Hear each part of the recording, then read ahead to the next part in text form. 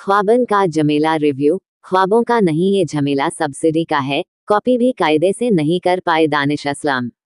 Movie review. ख्वाबों का झमेला।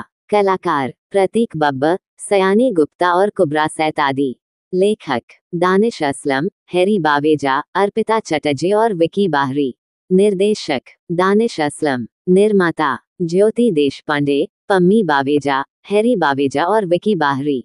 OTT जियो सिनेमा। रिलीज 8 नवंबर 2024। मुंबई फिल्म जगत में भले लोग एक दूसरे से ये कहते मिलते हों कि मनोरंजन उद्योग की हालत ठीक नहीं है।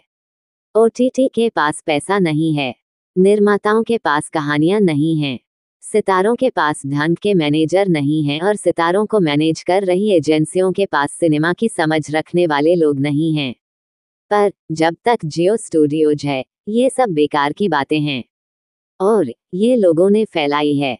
जियो स्टूडियोज ने अब की बार Baweja studios, Indo UK film company और ऑडबॉल मोशन पिक्चर्स के साथ मिलकर विदेशी धरती पर पगी फिल्म ख्वाबों का झमेला है।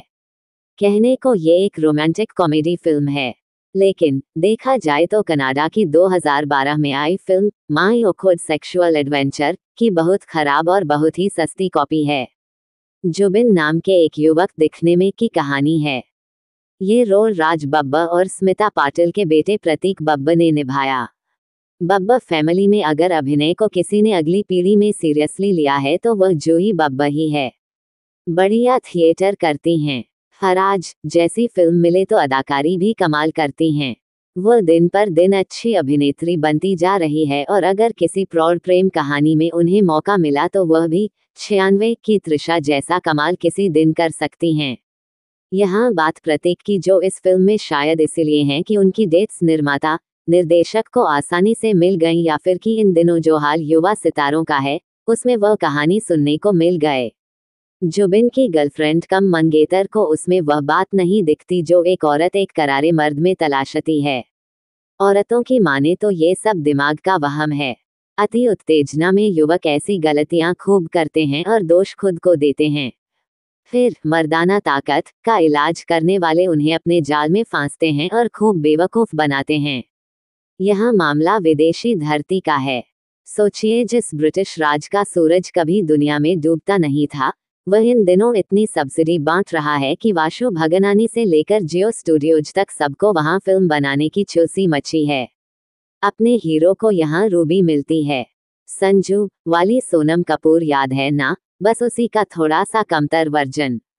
वह इंटीमेसी कोच है। कोच करती है कि मर्द को कब, कैसे और कितनी देर होल्ड करना चाहिए। दो निर्माताओं, एक लेखिका और एक निर्देशक ने मिलकर फिल्म ख्वाबों का झमेला लिखी है। क्यों लिखी है वही जाने। शायद सब्सिडी का जुगाड़ करना फिल्म का मुख्य उद्देश्य रहा है। कहते हैं कि थरीसी यानी क्राइम, कॉमेडी और क्रिकेट छोटे पर्दे पर खूब बिकता है। फिल्म बनाने वालों ने इसमें सेक्स भी डाल लिया है। एकता कपूर के आल्ट बालाजी से छूकी फिल्म लगती है ये। कहानी छून की बहुत सनकरी पगडंडी पर गुजर रही है तो इसमें हिचकोले बहुत हैं और जब तक दर्शक अपनी साध संतुलित कर पाता है, फिल्म खत्म होने को हो लेती है।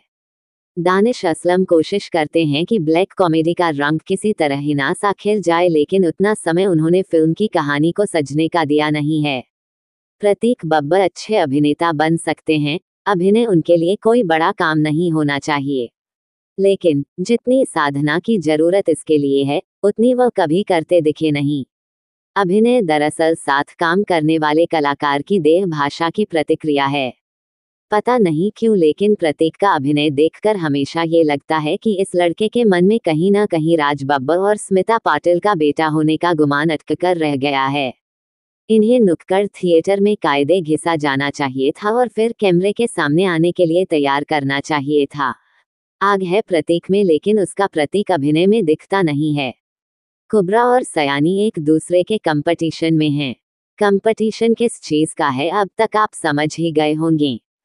सयानी गुप्ता से उम्मीदें बहुत रही हैं सिनेमा को, लेकिन उनका आभामंडल उनके आसपास आम लोगों को फटकने नहीं देता है। फिल्म में लिलेट दुबे के होने से छोड़ी गहराई है। दानिश हुसैन, अनीसा बट और कैजाद कोटवाल भी हाशिए पर होने के बावजूद संतुलन की कोशिश करते दिखते हैं। कलाकार स्थानीय ही लिए गए हैं ताकि खर्च में कटौती की जा सके। दानिश की कोशिश एक एलीट सिनेमा बनाने की रही होगी और उसमें वह अपने हिसाब से शायद पासिंग मार्क्स ले भी आए हों, लेकिन जियो सिनेमा के दर्शकों के हिसाब से फिल्म थोड़ी दुरूह हो गई है। मनोरंजन नाम की चिड़िया इस बगीचे गायब है। सुरों की संगत कमजोर है, गीत लिखे भी बहुत उम्दा नहीं है। दानिश असलम को ये सब देखना होगा, लेकिन वह अपने निर्देशन को संतुलित करने में ही पूरी फिल्म में व्यस्त दिखते हैं, लेकिन असर उसके बाद भी नहीं है। हाँ, अंशुमन महाले की सिनेमेटोग्राफी आकर्षक है, बाकी सब फर्स्ट क्लास बिल्कुल नहीं है।